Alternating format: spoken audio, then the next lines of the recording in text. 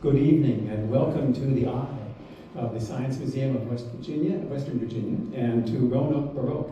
I understand this is the first live music performance here in the Eye, and I'm very excited to be the premier opener of the Eye, so to speak, and have this wonderful opportunity available this evening. I'm going to warn you, first of all, it's going to get dark. So as I talk, it may get darker, and it will all settle down so that the wonderful images and imagery on the Eye shines through so clearly. Tonight, we are taking you on a tour. You get to see some wonderful places.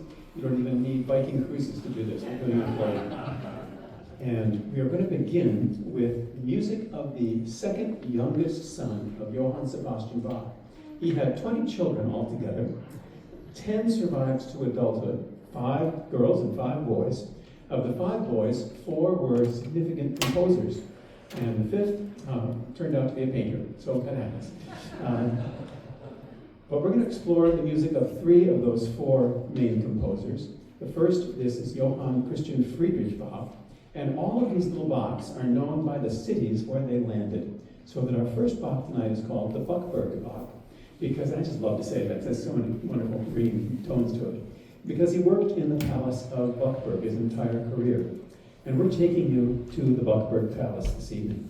So as you come in the entry gate, you get to see the gardens and all the palace's rooms, the ballroom, the reception room, the chapel, the back gardens, and all of that. And these photos are from the palace in Germany, from the Bückeburg Palace, provided by them. It's really exciting to have that connection to make this visual music happen. So each one of the composers tonight will take you to where they lived, where they worked, the gardens they strolled through, the churches they composed for, and give you that experience of being in the moment. So enjoy, sit back, relax, and enjoy the music of the very end of the Baroque period. We typically think of the Baroque period ending with the death of J.S. Bach around 1750. This music creeps into 1775. Don't be shocked. It's a little crazy at times. It's a little angular. There's a lot of notes, and they go by very, very fast. But the music will sink in with the video, which will go very graciously and very slowly, and ease you into this post-Baroque, sometimes called Enfantzeit or Stilgeland period, predating Mozart, right about the time of the closing of Bach and the wonderful legacy that his family left on the musical world. So we begin with Sinfonia in D minor in Bückeburg.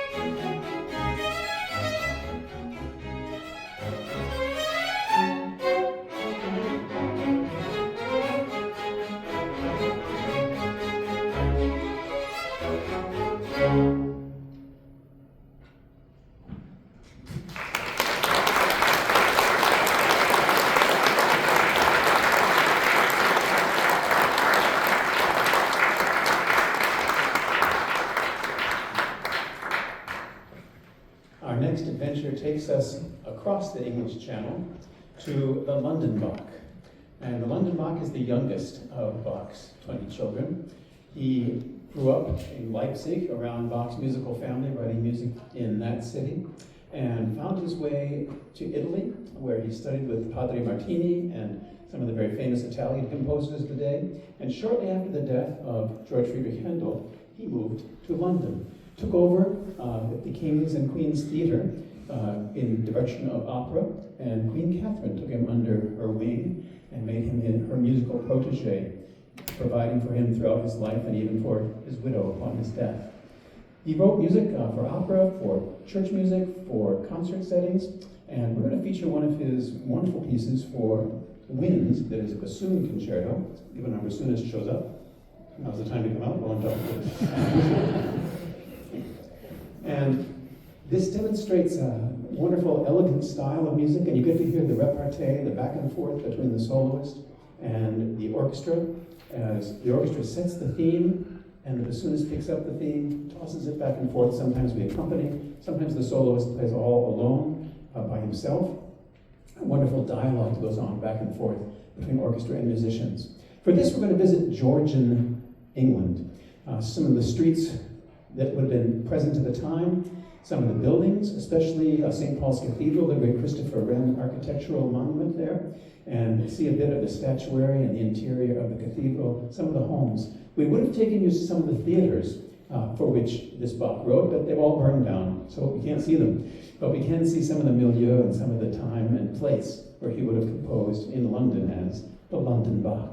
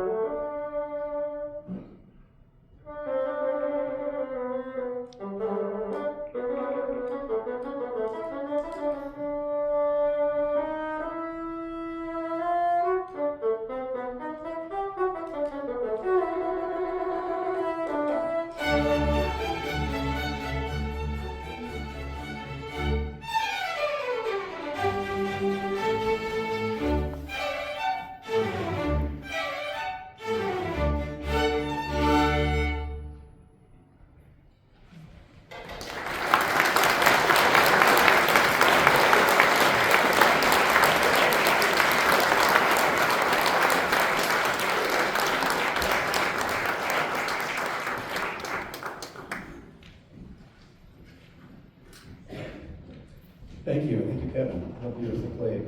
You might notice if you have perfect pitch. I apologize to anybody in the house with perfect pitch. We did not give a warning like we did about the lights beforehand.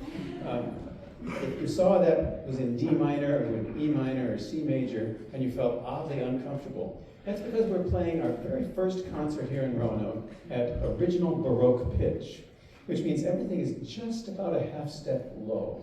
And that's the way that Bach would have heard it, or Johann, or Friederich Bach would have heard it, or Handel would have heard it at the time. So it felt like that was C sharp minor, not D minor. You're absolutely wrong. It was D minor. Just Bach's D minor, not yours. So get used to not. We're going to take a little step into a more devotional mode with the next music of George Frederich Handel. Bach and Handel knew each other. They weren't close associates, but they did trade cities and came back and forth around the same areas as each other. And perhaps some of the sons of Bach knew Handel as well. They certainly knew his music. And we're taking a step into St. Paul's Cathedral now, and also into some of the Baroque art of the era, as we share one of 9 sacred arias that Handel wrote as personal devotional pieces. No one commissioned these pieces. Handel wrote them simply out of his own faith and his own heart. And he set them to different texts by a local pastor and poet in the town of Hamburg. So we're going to see his music sail through the arches of the cathedrals in London and hear this wonderful piece that extols the beauty of creation and a thankful heart. Sing, my soul. That all of these wonderful works, the beauty of the flowers, the beauty of the trees, the beauty of the air, and everything around us has been so beautifully created by God. A wonderful testimony to Handel's personal faith and the beauty of the era and the sense of wonder that encapsulates all this music.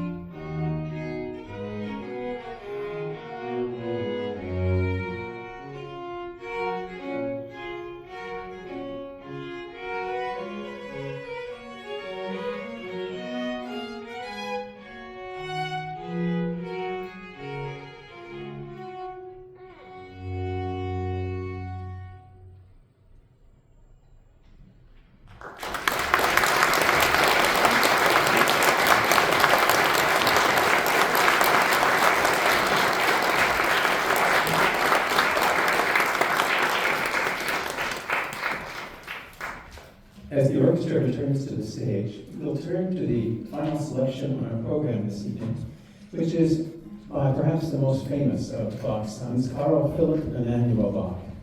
He was known as the Berlin Bach because he spent most of his career in the court of Frederick the Great, who centered around Berlin for his magisterial domain. And we have this music which takes us to Berlin, to the main church where C.P.E. Bach, Carl Philipp Emanuel, would have worked, St. Michael's Church in Hamburg. Some wonderful stained glass and statuary of the Archangel Michael and things around that church.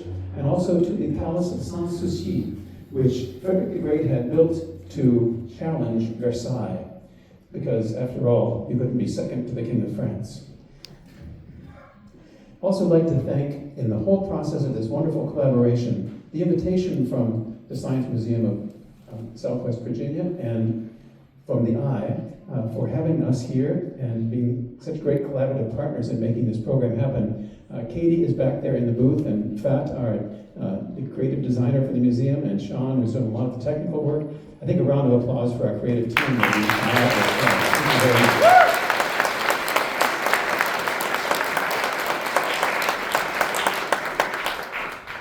Roanoke's distinct pleasure to have you in with us this evening. We also were doing a musical tonight. I don't know if you've noticed, but we're also doing Fiddler on the Roof. Around the edges. Just a little bit of the musicians projected in their place as well. And we really feel like we're in the mix here of everything that has gone on. But our great delight to be with you. Looking forward in the program. If you look at the back page later on this evening or tomorrow, there's some wonderful programs coming up, both here at the Eye and also with Roanoke Baroque. We have a marvelous Holy Week presentation service planned at First Evangelical Presbyterian Church of music of Johann Sebastian Bach in his setting of Jesu meine Freude, motet Jesus Priceless Treasure. And then we have a fabulous organ concert, an organ concerto concert coming up in May, and a final wonderful celebration of Baroque choral music in June. So take a look at those. We hope you rejoin us and come back, and we hope to be back with you at some point in the future as well, here in this marvelous setting of the Eye, and take you on some more adventures.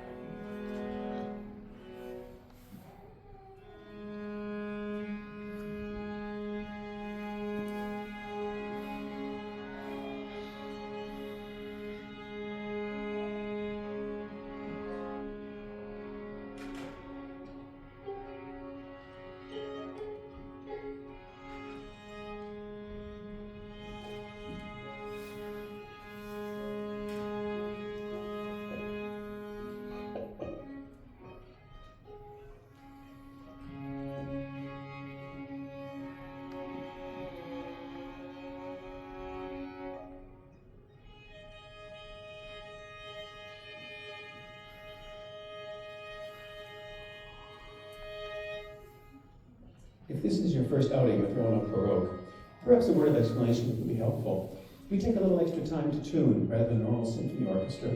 That's because all of our instruments are recreations of 18th century instruments. They're a little more delicate, and they, quite frankly, move a little bit more than modern instruments, especially because of the nature of the strings that are on them. They're not synthetic steel strings, they're natural products.